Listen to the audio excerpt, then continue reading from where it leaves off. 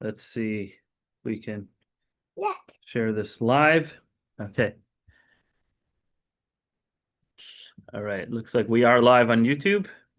I'm just going to jewisharcadia.com/Zoom Can you read that? Torah. What's that letter right there?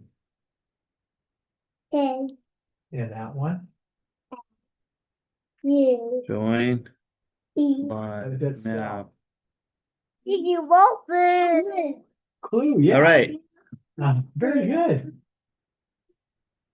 Isn't that's not how you, not spelled with a K, it's spelled with a C, but yeah, you got it. Yeah, Let's close that. Let's close that. Okay. Uh-huh. Cancel. Sorry. Please. Okay. The YouTube is on. I'm gonna mute that.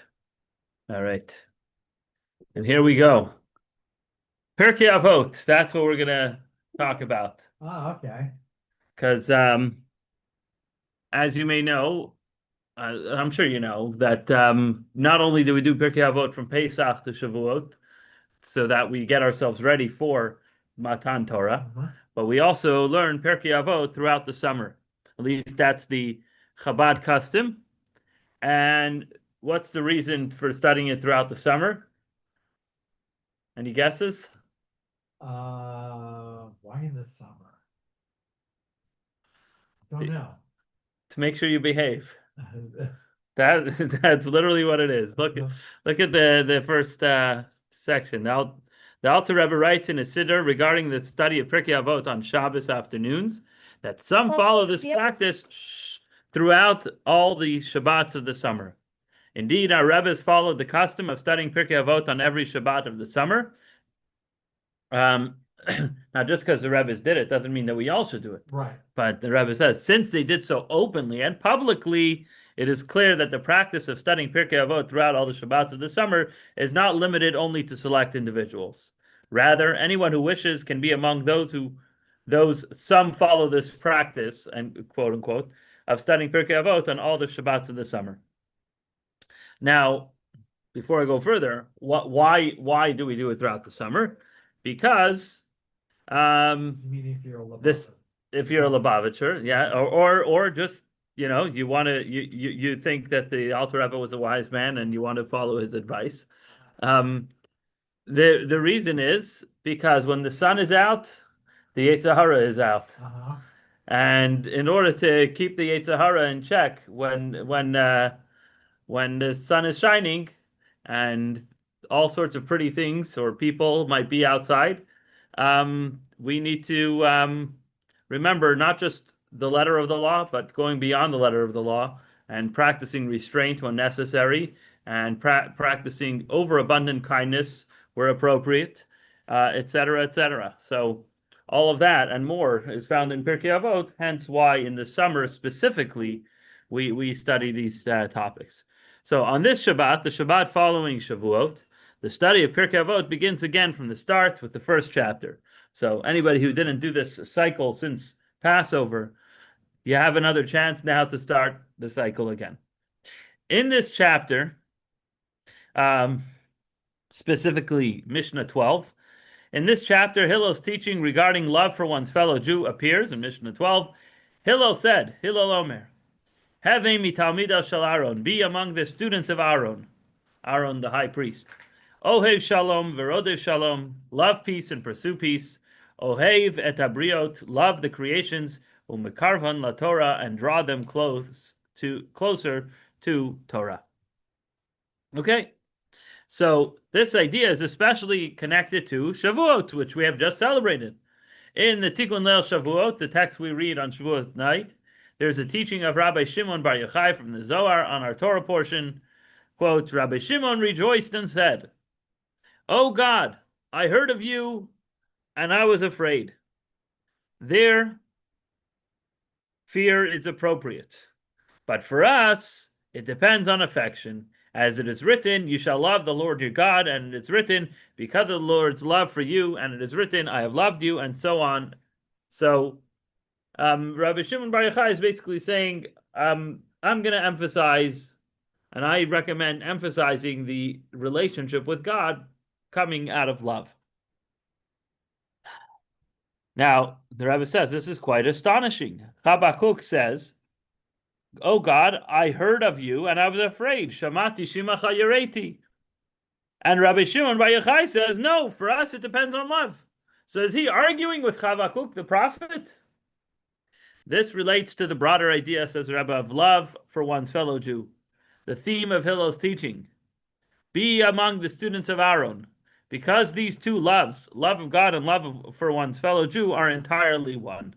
That's a quote from the Hayom Yom, I believe. So, following this teaching, be among the students of Aaron, there are two additional teachings of Hillel in Mishnahs 13 and 14, altogether a total of 3 teachings. So, the Rebbe is trying to draw a theme throughout the teachings of Hillel, how all of them emphasize this idea of love, and it connects with Rabbi Shimon Bar Yochai, but also the fact that we're reading it a week after Shavuot, we see there's a connection with the idea of bringing people close to the Torah in connection with Shavuot. So now let's see the actual Mishnah along with the Bartanura commentary.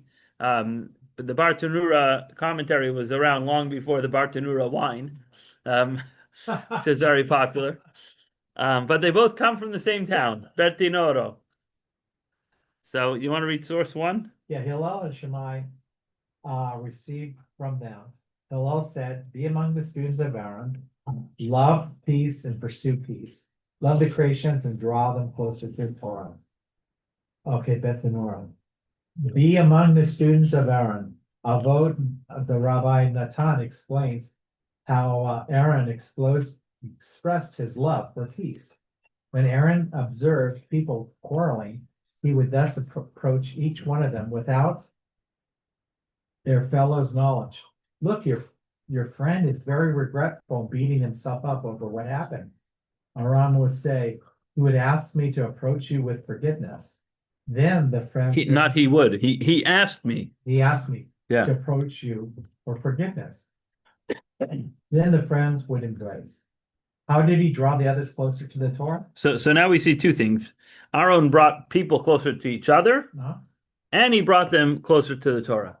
So we just demonstrated how he brought them closer to each other, and I think that's the more famous one, where he'd lie for the sake of peace, in essence, right? Right. But let's see how he brought them closer to the Torah. How did he draw others closer to the Torah? When he knew someone had sinned, he would befriend them, and that person would become ashamed. If this pious man knew what I've done, he would have distanced himself from me. They would say, this led to them repenting, and this is what the prophet testifies about. In peace and equity, he went with me, and he brought back many from inequity. Iniquity. So, in other words, from sin. Right. So, basically, the mere thought that Aaron HaKohen is being friends with me, does he know what kind of company he's hanging out with? Well, I better keep my bad record under wraps, because I never thought he would befriend me, but now that I do have this friendship, I don't want to lose that, or certainly I don't want him to find out what I've been up to lately. Right. And so that would incentivize people to change their wicked ways.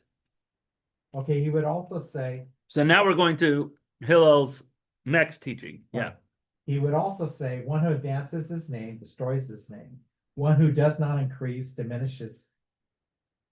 One who does not teach is deserving of death.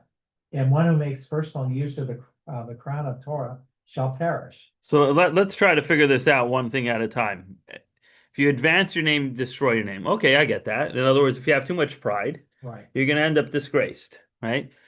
If you don't decrease, you diminish.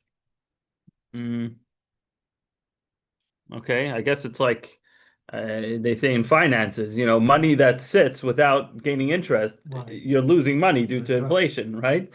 But I guess in some sense, when it comes to learning Torah, it's the same thing. You can't just say, well, I've amassed all this Torah knowledge over however X amount of time, and now I have that, in Keshen, as we say in Yiddish. I have it in my back pocket. You can't do that because, it's your brain doesn't retain it forever. You have to refresh it and constantly be learning more and more and deeper and deeper. And then he says, if you don't teach, you're deserving of death. Yeah. Ooh, that's harsh. Right. And if you make personal use of the Torah, then you shall perish. Okay, so let's see what the Bartanura says, because that was my own commentary. Okay. One who advances his name, a person who extends his name far by the way of authority and lordship, will quickly lose his name, since lordship buries those who have it. One who does not increase in his study of the Torah diminishes. What they already learned will diminish. For example, will mean forgotten. Some will read this to mean they will die before their time. So if you don't increase your learning, then you not the learning will be diminished, you will be diminished. Right. In other words, your years, It could also mean your health. Yeah. Right. Okay, Yeah. one who does not teach. This is more severe than the one who does not add to their studies, thus they deserve death. Right. The other one, it says they'll die before their time. Over here, it's like die immediately. Right. Okay. Okay, one who makes personal use of the crown, one who makes use of the crown of Torah, like a person uses his tools, will perish and leave the world. Some explain Taga, crown, to be the initials of the Talmud, Kavara, Acharina,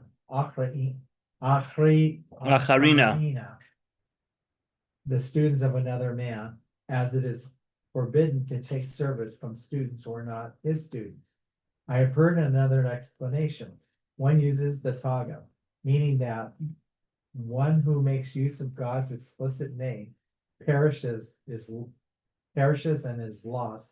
He does not have a share in the world to come. Okay, so there's three explanations. One is that you use the Torah as your own crown to glorify yourself. In other words, there's this concept, especially in the Litvish yeshivish world. It's more common. I mean, the truth is, it is a halacha. They didn't make it up. That when a Talmud Chacham, a Torah scholar, walks into a room, everybody has to stand up, right? Now, the joke is, some guy who's nobody and thinks he's a somebody walks into the room, opens the door and walks into the study hall and is like, sit, and nobody's standing. Nobody thought about standing, but he walks in, sit, yeah. Anyways, so where does that come from? That comes from when you think that you're a somebody, and why are you a somebody? Because you study Torah.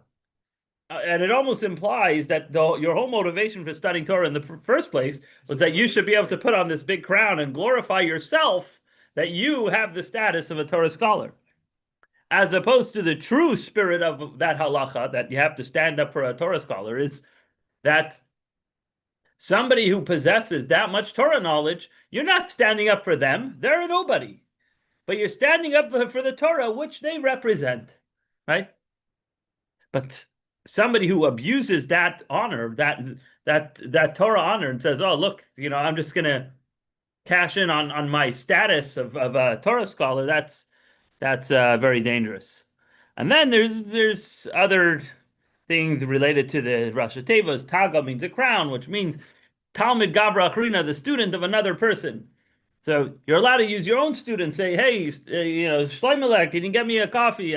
Before I start my shir. But to go to somebody else's student and say, oh, can you just because you're a somebody, it doesn't mean you get to use the whole world to your benefit, right? It's one thing to ask your own student to assist you, but to just think that you're suddenly the dictator of the world because that's not appropriate. And then the last one is using God's name. Okay. So still don't see a common theme between these two Mishnahs. One is about bringing people close. Over here, we're talking about the importance of studying Torah and how you treat Torah and that kind of thing. Okay, let's see Mishnah 14. Okay. he would say, if I'm not myself, who is? If I'm not for myself. Oh, if not for myself, who is for me? And when I am for myself, when am I? And if not, when? If not now. When? Okay, so let's see what the Bartanura says. If I'm not for myself, if I do not attain merit for myself, who will attain merit for me? When I am for myself, so the Bartanura explains that even if it should be the letter I, and even if I have attained merit for myself, what is this merit and what is it worth compared to what I'm obligated to do? Right? And you're going to say, like, it's like I won't speak too personal, but in theory, the husband whose wife asks him to switch out the laundry and to put up the soup and to wash the dishes and take out the trash, and he takes out the trash and says, "Look at me, I'm such a good husband. I took out the trash." It's like the dishes are dirty, nobody has clean clothes, nobody has what to eat. But you're all mebarimtzich. You're so proud of yourself. You did one little thing. Like, hello, yeah, you got a lot to do, right? So don't take so much credit for doing so little. And then, if not now, in this world, when? Since after death, it's impossible to attain merit any longer. So that's why if you don't do mitzvahs in this world, then that's it. It's game over. You can't make up for it later. This is one of the reasons why we say Yizkar, right? Because the people who pass away can't do mitzvahs anymore. So we say Yizkar, remember so-and-so by the merit of me giving charity on their behalf, because they can't do it. The next best thing is that we do it on their behalf, right? But unless you train somebody to do that in your lifetime, then and even then, it's still not the same as doing it yourself. So if not now, when? You're not going to have the opportunity to do it later. Another explanation is, if not now in the days of youth, when, lest in the days of old age, I will not succeed.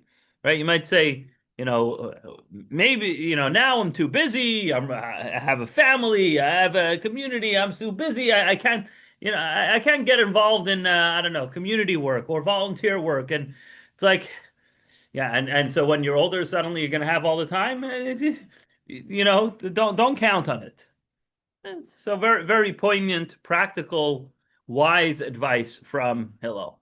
Now let's see what the Rebbe says about it. And interestingly, the Rebbe picks up on the language choice of Hillel.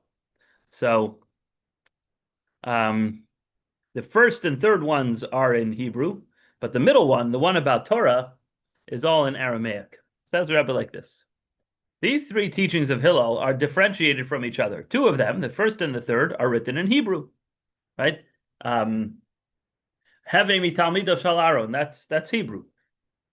And the last one of Imena Mili, that's Hebrew. But Negad Shema Avad Shemei, that's Aramaic. While the middle one, is written in Aramaic. Why is this so? Moreover, Hillel's middle teaching, which was written in Aramaic, one who seeks a name loses his name, is not only different from these other two, it differs from all the other Mishnayot and Tractate Avot, which are all written in Hebrew, while only this one teaching is written in Aramaic. Now there's exceptions to that. We're going to get into that in a moment. But broadly speaking, when you learn the Mishnah is written in Hebrew. Not just Avot, but all Mishnahs generally are written in Hebrew. Here and there you might see a little Aramaic sprinkled in, but certainly in Tractate Avot, this is the only Mishnah, certainly of Hillel's quoted Mishnahs, that are written in Aramaic. So what's going on over here?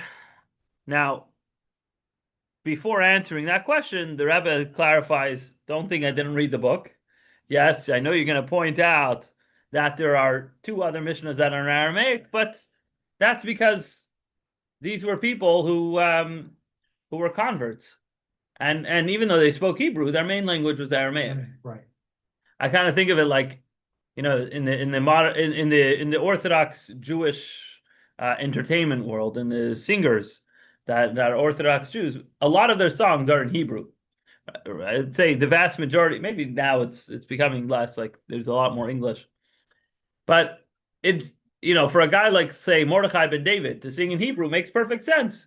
He's a Gerachas. He grew up in Borough Park. He's going to sing songs in Hebrew. That's it's a way of expressing his prayer to God, right? But say, for example, a guy like Nissim Black, who is a convert to Judaism. He's a rapper, right? Most of his rapping is not in Hebrew. He might have a little line, a little chorus, a little what's it called? A bridge in middle that might have a little Hebrew, but most of the songs are in English. Why? Because when he's trying to connect to God on a personal level, and his songs are all Jewish content. It might be rap and whatever genre of music, but the content of it is very spiritual, very meaningful words.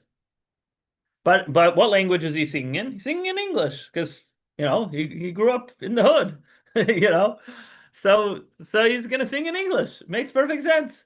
And you know what? His message is probably better received in English because that's his first language. That's what his soul, connects to.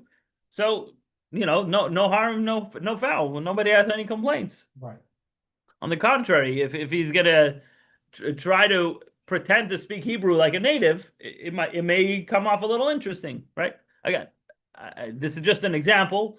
Maybe his Hebrew is better than mine. I believe he lives in Israel today, so I'm not criticizing his Hebrew, but just to give you an example. So the same is true when we're talking about the Tanaim in the Mishnah. So those who were in Israel, those who were born Jewish, yeah, the Hebrew was their spoken language.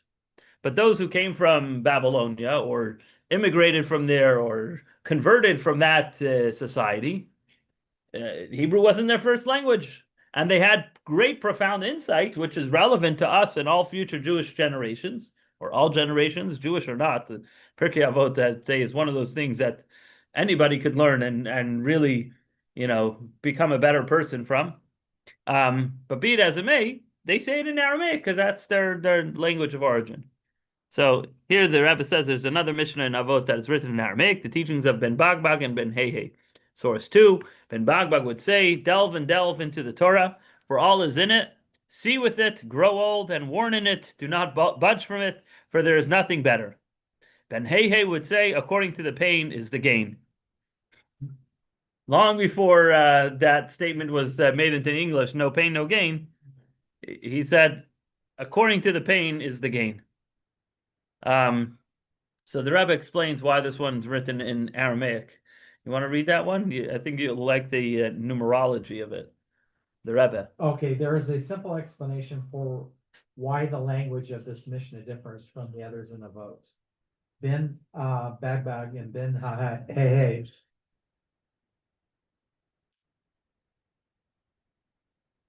were converts. As commentators note, this is hinted to their names. Ben Heihei alludes to him being considered a son of Abraham and Sarah, to whose names God added the letter Hey. Right? Likewise, Abraham right, and Sarah. Right. Yeah.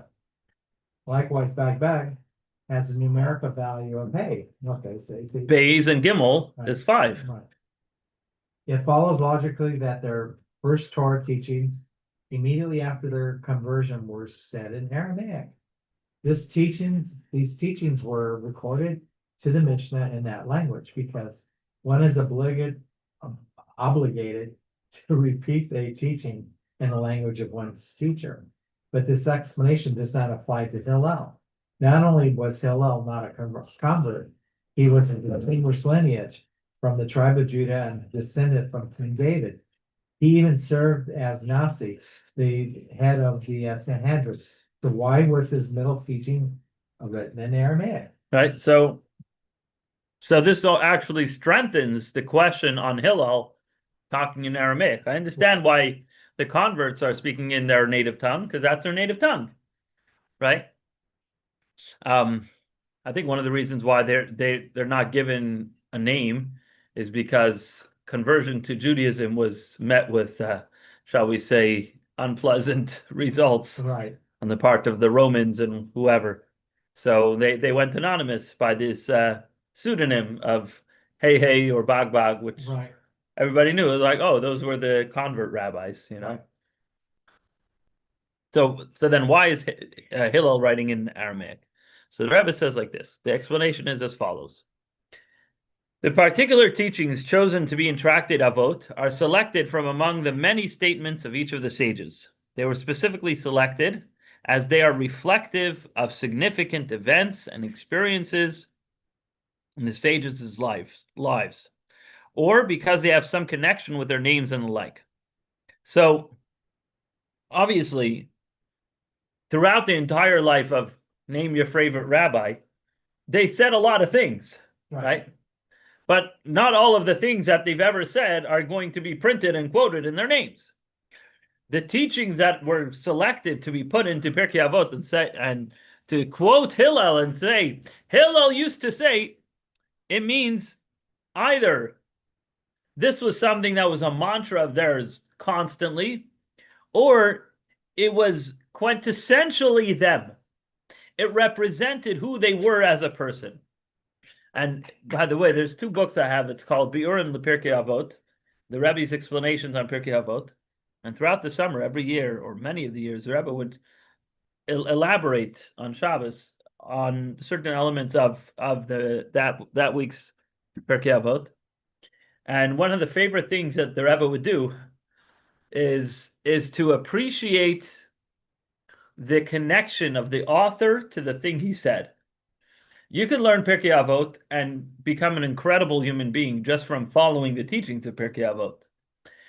But on a deeper level, when you can appreciate why this rabbi said this teaching and that rabbi said that teaching, and you understand the history and you understand the biography of that rabbi and why they said that, now you have a whole new appreciation. So that's one of the favorite things that the Rebbe does with Pirkei Avot, and here is no different. So let's see. In our case, Hillel's teaching, be among the students of Aaron, love peace and pursue peace, love the creations and draw them closer to Torah, is connected to the famous story told in the Talmud about Hillel's life when a non-Jew came to Hillel and asked to be converted. Oh, this is not so famous. We know the one where he said, Right. the whole, don't do to others what you don't want done to you. The rest is commentary. Go study. But here's a different convert. When a convert came to Hillel and asked to be converted, on condition that you appoint me high priest, Hillel responded to him with warmth and friendliness. Now, let me ask you, can a convert become a high priest? Never, right? Like the old joke of the guy who comes to the rabbi, I want to be a Kohen. Can I pay you to be a Kohen? They're negotiating back and forth. Finally, the rabbi's exasperated. He's like, listen, fine, I'll do it for you. But why do you want it so badly? And he's like, well, my father was a Kohen. My grandfather was a Kohen. I want to be a Kohen too. Right? So it goes by family lineage. And we love converts. In fact, we love them doubly, but they just can't be Kohens. Right. That's just the fact of the matter. Or Levites, right? In a way, it's similar to how, like, in the United States of America, you can be an immigrant, you could be in Congress, you could be a judge, you could do almost anything. Right. You just can't be president of the United States. Right. Unless your parents. But that's not an immigrant. That's a natural born citizen. Yeah. Saying you could. So similarly here, you can do everything. You just can't be a Kohen. So here's the story. Source 3. There was another incident involving a Gentile who came before Shammai and said to him, convert me on condition that you teach me the entire Torah while I'm standing on one foot. Shammai pushed him away with the builder's measuring stick he was holding in his hand. He was a carpenter. You knew that? Shammai was a carpenter. No. Yeah. This same Gentile came before Hillel. Hillel converted him and said to him, that which is hateful to you, do not do to another. That is the entire Torah, and the rest is commentary. Go and study. That's the story we all know. Right. There was another incident involving a Gentile who was passing behind the study hall and heard the voice of a teacher who was teaching Torah to his students and reciting the verse, these are the garments which they shall make, a breastplate and an ephod and a robe and a tunic of checkered work. A mitra? A meter. Meter. What is that? And a girdle? And a girdle. A meter is something that you wear around your waist. Okay. Anyways, fine. So he's listening to this and he's like, wow. The Gentile said, who are these garments designated for? The student said to him, Ah, it's for the high priest. The Gentile said to himself, I'll go and convert, so they will install me as high priest. He came before Shammai and said to him, convert me on condition that you install me as high priest. Shammai pushed him away with the measuring stick he was holding in his hand. He came before Hillel, and Hillel converted him. Doesn't say he made him a Kohen Gadol, but he converted him. Hillel said to the convert, is it not the way of the world that only one who knows the protocols of royalty is appointed king? Go and learn the royal protocols by engaging in Torah study. He went and read the Bible. When he reached the verse which says, and the common man that draws near to shall be put to death, Ve'azar hakarev yumas. The convert said to Hillel, with regard to whom is the verse speaking? Who's the common man? Hillel said to him, even with regard to David, king of Israel. It's like, this is nothing against you, nothing personal. This is not discrimination against converts. This is an exclusive Kohen thing. Club, right? Even King David, sorry, no entry. The convert reasoned a kal vachomer, a fortiori inference himself. If the Jewish people are called God's children, and due to the love that God loved them, he called them Israel is my son, my firstborn, and nevertheless it is written about them, and the common man that draws near shall be put to death. A mere convert who came without merit, with nothing more than his staff and traveling bag, although more so that this applies to him as well. He's like, I guess I'm never becoming a Kohen Gadol. He had a rude awakening that morning. The convert came before Shammai and told him that he retracts his demand to appoint him high priest, saying, am I at all worthy to be high priest? Is it not written in the Torah, and the common man that draws near shall be put to death? He came before Hillel and said to him, Hillel the patient, may blessings rest upon your head as you brought me under the wings of the divine presence. Eventually, the three converts gathered together in one place, and they said, Shammai's impatience sought to drive us from the world. Hillel's patience brought us beneath the wings of the divine presence. Okay, I'm not sure who the other one was. We only read two stories. Right.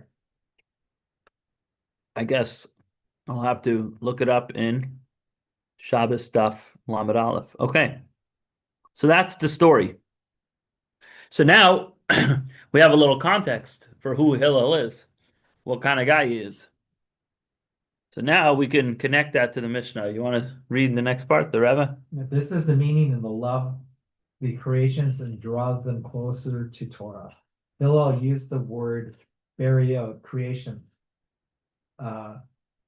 Connoting. connoting, I guess that's a real word, connoting people that, okay, possess no apparent virtue other than being God's creations. In our context, this refers even to a person who has not yet converted.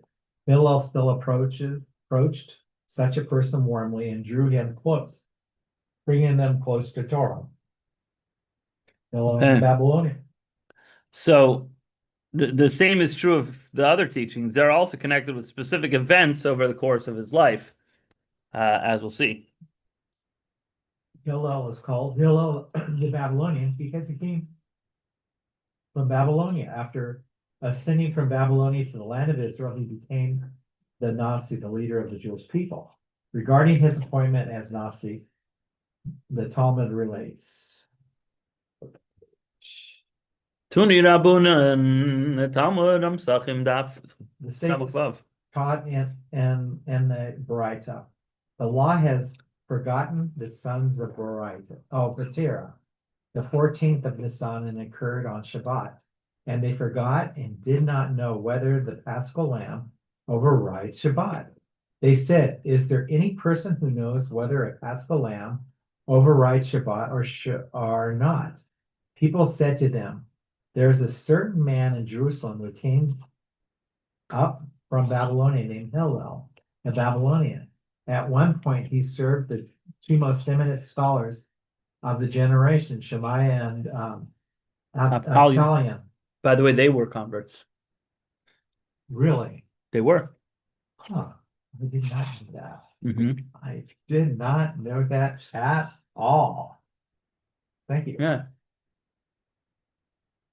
Interesting. we'll have to look up the source for that, but And he Yeah. certainly he knows whether the Paschal lamb overrides Shabbat or not. The sons of Betira sent a messenger and called for him. They said to him, "Do you know whether or not the Paschal lamb overrides Shabbat or not?" He said to them, "Do we only have one Paschal lamb during the year that overrides Shabbat? Don't we have many more than 200 Paschal lambs during the year?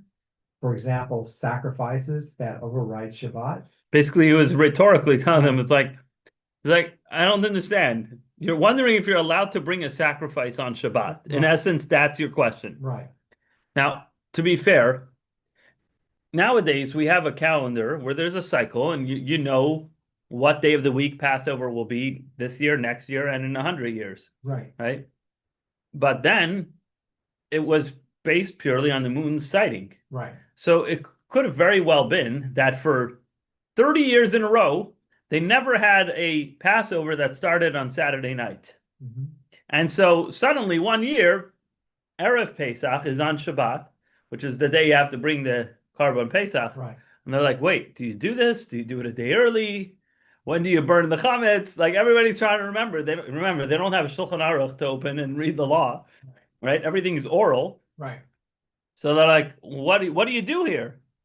And Hillel's like, I don't understand the premise of your question. Is today Erev Pesach? Mhm. Yes. Is this the sacrifice of Erev Pesach? Yes. Well, what's the problem? Bring the sacrifice. You do this every Shabbos, Right, right? Every Shabbos you bring a sacrifice. Granted, you're not allowed to slaughter on Shabbos right. for non-sacrificial purposes, but for a sacrifice, absolutely. So that's how he answered the question. After Hillel brought these proofs, No. next paragraph. After Hillel. After Hillel brought these proofs, they immediately seated him at the head of the table and appointed him Nasi over them. He expounded the laws of Passover that entire day. Now, plus we have two more Hillels until we get a calendar.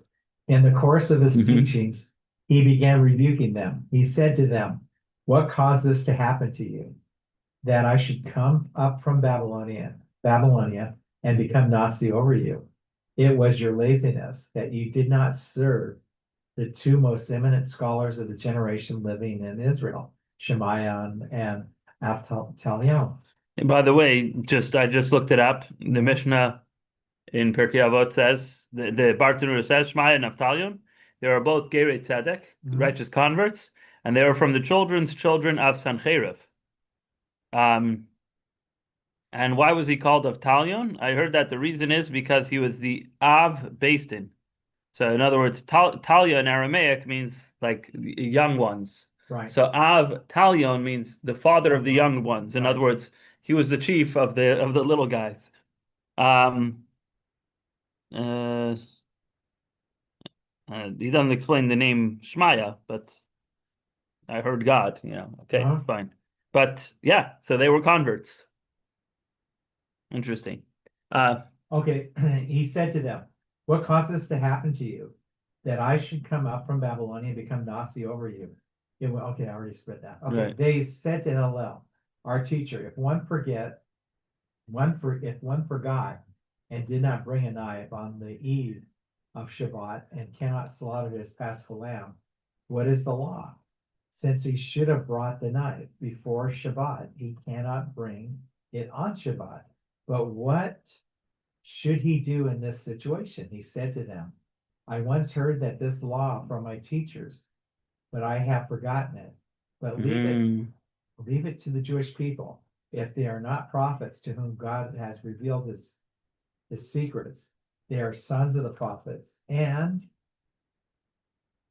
will certainly do the right thing on their own." Basically, what happened was they asked him another question right after he rebuked them. He was like, "Look at you guys, you know nothing. I have to become the leader because of how little you know." And they're like, "Oh, by the way, what do we do with this knife?" He's like, "Oh shoot, I'm actually not sure." Stump the rabbi. I know, it's pretty good. I see the irony there. Yeah. The next day on Shabbat, That was the eve of Passover. One whose paschal offering was a lamb took the knife and struck it in its wool. And one whose paschal offerings was a goat, which does not have wool, struck it between its horns. Hillel saw the incident and remembered the halakha that he had once learned and said, "This is the tradition I received from the mouth of Shemaiah and Avtalion." So first he was all proud. Right. Then he forgot halacha, and then the next day there was a complicated halacha with a knife getting stuck in the middle of shchita. Right. What's the halacha? And suddenly it came back to him. So what's the meaning of all this? Let's see what the Rebbe says. I should have written it down. Right? So Right. that would help. Hillel displayed a measure of pride toward the Bnei B'ter. This was certainly They were not- the ruling right, class at that time, yeah. right. This was certainly not arrogance in the full sense, God forbid, but in the subtle form, a result of him feeling the greatness and merit that he had brought to the Jewish people by enabling them to offer the paschal sacrifice. As a result, he was punished by forgetting a law. Aha. Two contrasting qualities coexisted within Hillel. On one hand, he had the complete mastery of Torah, which led to his appointment as Nasi. This mastery is attained through the attitude of, "May my soul be like dust to all," self-effacement. On the other hand, he had a subtle sense of pride over Bnei B'ter, which stemmed from the fact that he came from Babylonia. Babylonia, Babel, is related to the word balon, meaning mixture and confusion. This reflects the nature of Torah study. It's from Genesis. Remember for the language. Right, in Tower of Babel. He Right. mixed it up. Nature of Torah study in Babylonia, as the sage said, "He made me dwell in darkness," and this refers to the Talmud of Babylonia. Torah study in Babylonia was conducted in a mode of darkness, where the truth is not immediately visible. That's This- why it's like so back and forth. Right. Oh, he says this results. This results, right, next sentence, an extensive debate back and forth of argumentation, requiring tremendous effort to arrive at a conclusion. Right. The fact that Jewish law follows the Babylonian Talmud, despite this association with darkness, is connected with the phrase, "He has made me dwell." We settle in Babylonia, even though a Jew's actual place as a holy nation is in the Holy Land, and bring the divine presence there as well. Through this, the advantage of light emerging from darkness is achieved, paralleling the broader idea of creating a dwelling space for God specifically within the lowest realms. Oh, so 1 second. So in Israel, you don't have to be worried about pride. Right. But when you're in darkness, when you're in Babel, when you're in the diaspora, then you have to be careful about pride. Right. Okay. Okay. So in our context, when one is in land of Israel, a land upon which the eyes of the Lord your God are constantly fixed, there's less need to warn against pride. But when one is in Babylonia, in a state of, "He has made me dwell in darkness," the darkness itself makes such warnings necessary. Following the episode mentioned above in Hillel's life, Hillel's saying, "One who seeks a name loses his name," serving as a warning against pride, as it will be explained below. This is why it is specifically stated in the Aramaic, because this warning is especially necessary in Babylonia. Wow. That's So where the darkness is. that's where the darkness is. So in Babylonia, we need to be concerned that a rabbi might take too much pride in his status as a rabbi. Right. So he's like, Negat Shema Avad Shemei. Listen up, Babylonian rabbis. Don't get too prideful. Don't get ahead of yourself. Right. So let's see. One who advances his name, the Aramaic word used here for advancing, negad Shema, can imply drawing downward or descending. Thus, one who advances his name, destroys his name, teaches that although there must be a descent into Babylonia. In other words, sometimes God puts you in Babylonia. That's just by divine providence. That's where you live. That's where you ended up. That's where the Jewish community was exiled to, whatever the reason might be, or you personally might have ended up in Babylonia. So you have to be careful not to descend too far. That is, one must avoid developing a sense of ego and self-importance. Ego is the lowest form of descent, separating a person, God forbid, from the awareness of connection to the giver of the Torah, which requires an attitude of self-effacement. Ego can cause destroying his name, alluding to losing the awareness of Torah as the names of God, i.e., the holiness of the Torah. So what does it mean if Negad Shema, if you go down, meaning when you go down into Babylon, not that Avad Shemay, you'll lose your name. In other words, you'll lose your status when you, because originally we translated those four words as, if you're too prideful, you're going to lose your status, you're going to lose your honor. Over here he's saying, if you go down into Babylon, if you go and you go in such a place, you have too much pride, then Avad Shemay, you may lose his name, God's name, may be lost from the picture. In other words, if your study of Torah and your experience of being a Talmid Chacham is all about you, where's God in the picture? Right. And that's the worry, that's the concern, right? Like the guy who walks in, he's like, shh, everybody sit down, It's like nobody's standing for you. Right. But you're so caught up in your own head because it just shows that it was always about you in the first place. So that's a deeper level that the Rebbe is explaining, that someone who studies Torah for the sake of honor loses the Torah's deeper spiritual dimension, which is the Torah is God's name. It's God's holy name. Now, then the Rebbe goes on to explain further along this theme, again explaining the Aramaic paragraph of Hillel, the one that says, one who does not increase diminishes. So let's see what the Rebbe says about this.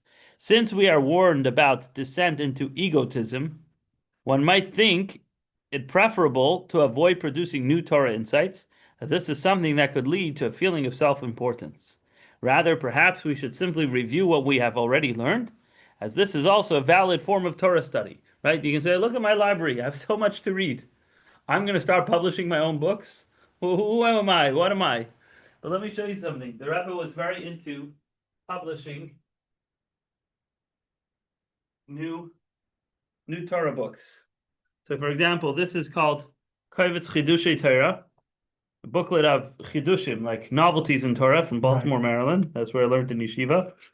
And then it's a whole compilation. Okay, that's the Rosh Yeshiva. He has a nice 6, 8, 10, 11-page essay that he wrote. And then there's my friend Shaki Farkash. He wrote the 4-page thing, and then Shmai Grossbaum, and like one after another. Some of these are 2-3 pages, not necessarily very very long insights. But the idea is, let's see, is my name even in here? I think I think I made it in here. Really? I mean, there were only 30 guys in the yeshiva, so if there's 10 names in here, oh, there it is. It's a page and a half, not very long. It's about eating forbidden foods and the effect that it has on your heart and your connection to Hashem. Mm-hmm. Anyways, but the point is that why did I write this? Not because I thought that I was some genius and that in the medical or the in the scientific world, it's like, oh, how many papers did you publish, right? It's like part of your resume is how many. That's not what this is about. Trust me. Nobody in the world knows this. Yeah, it went out to a few shuls. Some people read it. Maybe they glanced through it, perused through it. Didn't mean you. No, nobody's quoting this book, But that's not the point. The point is, the Rebbe wanted that you should be mechadish in Torah. You should create novelty in Torah. In other words, come up with your own writings, your own ideas, your own way of looking at it and analyzing whatever it might be, and write it down. Share it with others. Right? So let me read that again. One who does not increase diminishes. Since we are warned about descent into egotism, one might think it preferable to avoid producing new Torah insights, as this is something that could lead to a feeling of self-importance. Rather, perhaps we should simply review what we have already learned, as this is also a valid form of Torah study. Says the Rebbe that Hillel tells us to counter this. The teaching continues: one who does not increase diminishes. If a person does not add to his Torah knowledge, then he will diminish.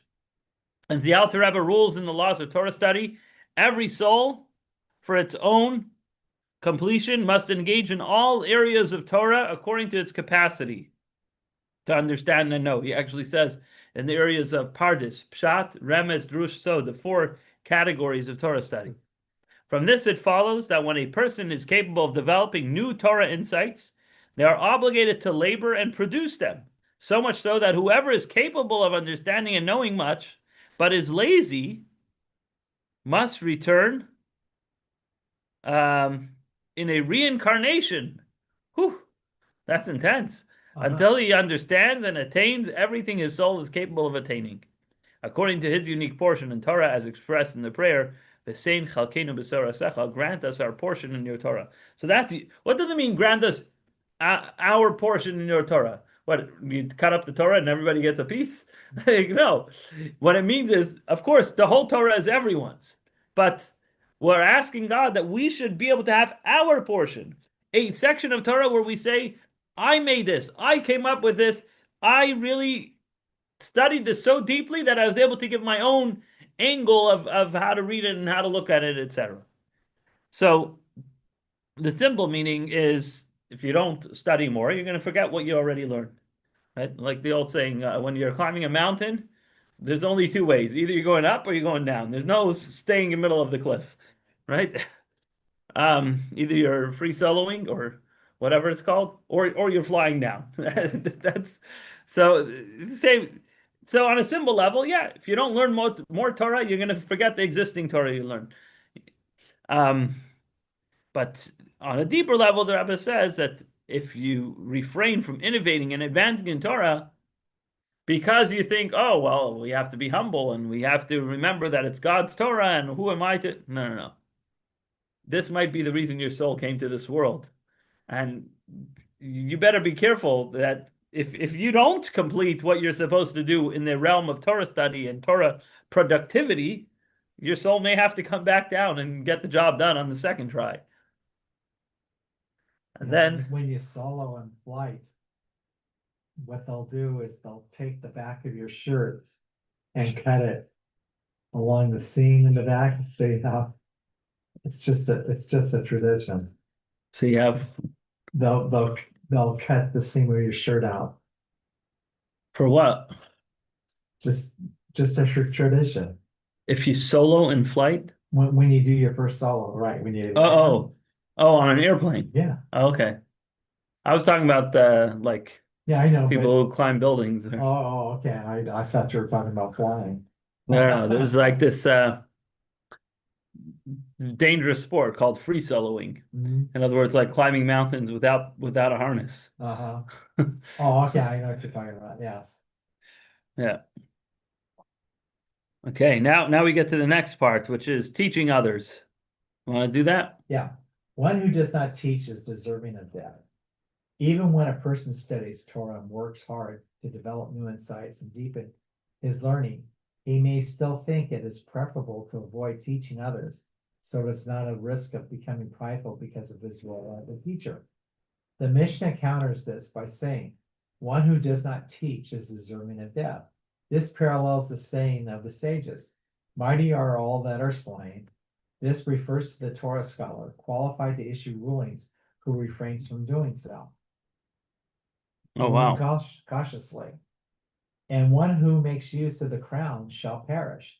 The crown refers to the crown of Torah, especially the study of Jewish law, as explained in Tanya. We are being told that both personal study and teaching others should include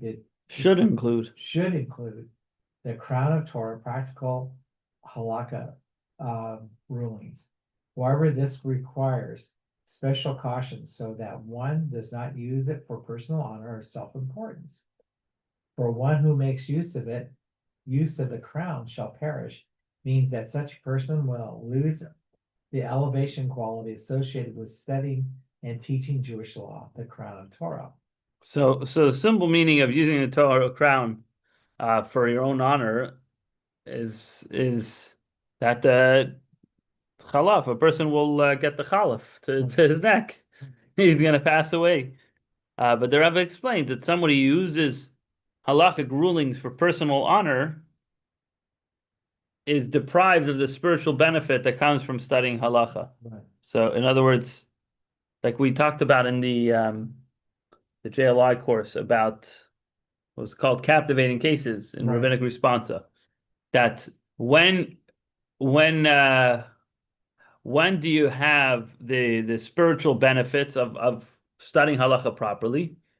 When you recognize that it's God's Torah, when you recognize that it's not your ruling, it's God's ruling, which is being actualized through the process that God desired, which is the human process. And so when you recognize that, then you can have siyata d'shmaya, you can have God's help.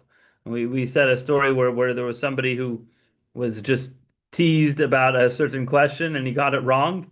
He's like, I don't know how that's possible. It must be that you asked me a hypothetical question. It wasn't a real life scenario. Mm-hmm. And that's why I didn't have God's assistance. Because at the end of the day, if you're just talking about, making a theoretical, um, um, thoughtful analysis, you could be right, you could be wrong. It's a hit or miss, right? But if you're talking about God's Torah and you're doing it in the way that God wants, then you have God's help in that. But if you're doing it for your personal honor, remember, it goes back to the first one, which is if you're missing God's name in it, this is not God's endeavor. This is your own production, and so and so the result will be that you're going to get the ruling wrong. So last but not least, if I'm not for myself, who will be for me? Hillel's third teaching, if I'm not for myself, who will be for me, is connected with a statement in the Talmud. It was said about Hillel the elder. Okay, so 1 second before we go to there. So now we see how this is all connected to Hillel. How is it connected to Hillel? We talked about the Aramaic element, and so he came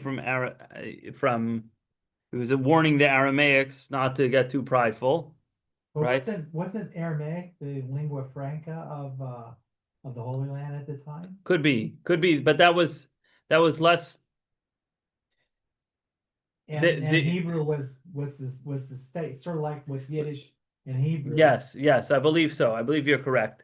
But even then, the Aramaic was like the language of the commoner, Right. whereas Hebrew was, if you're speaking Hebrew, it's like you're in a certain frame of mind where Right. you're not, the pride is not going to get to you as much.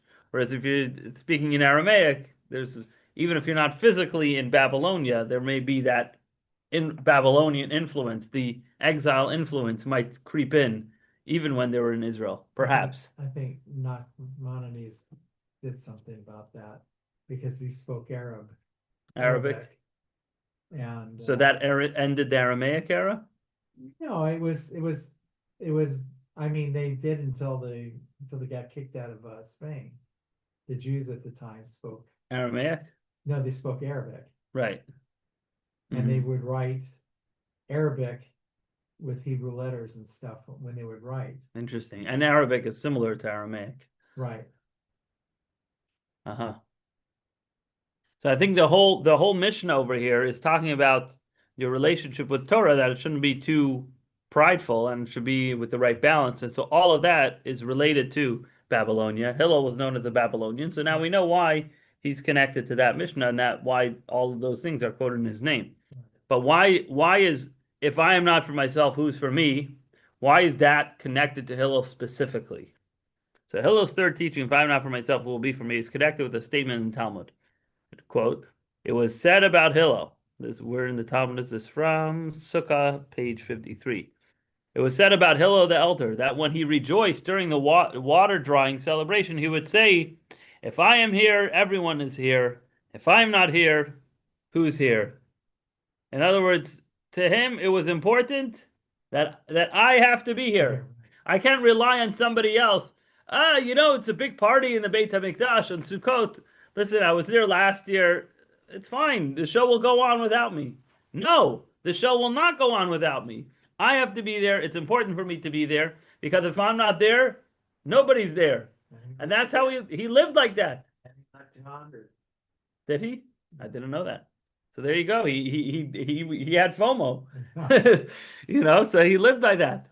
Which is a very powerful lesson. What does it mean if I'm not here? If I'm here, everyone's here. If I'm not here, nobody's here. It's the idea that sometimes we rely on other people to get whatever important thing done, and it's like so somebody else can do it. Let somebody else step up. And Hillel teaches us like no, we can't rely on anyone else. Now, does that mean that he wanted to be the only person in the Beit HaMikdash on Sukkot? No, of course not. The point was, I need to be there, and everybody needs to be there. Too, right. But I'm not going to suffice with everybody else being there. I have to be there. I have to be the one. So there's a lot to learn from Hillel in our relationship with the Torah, in our relationship with others, and the way we feel responsibility in society and doing important things and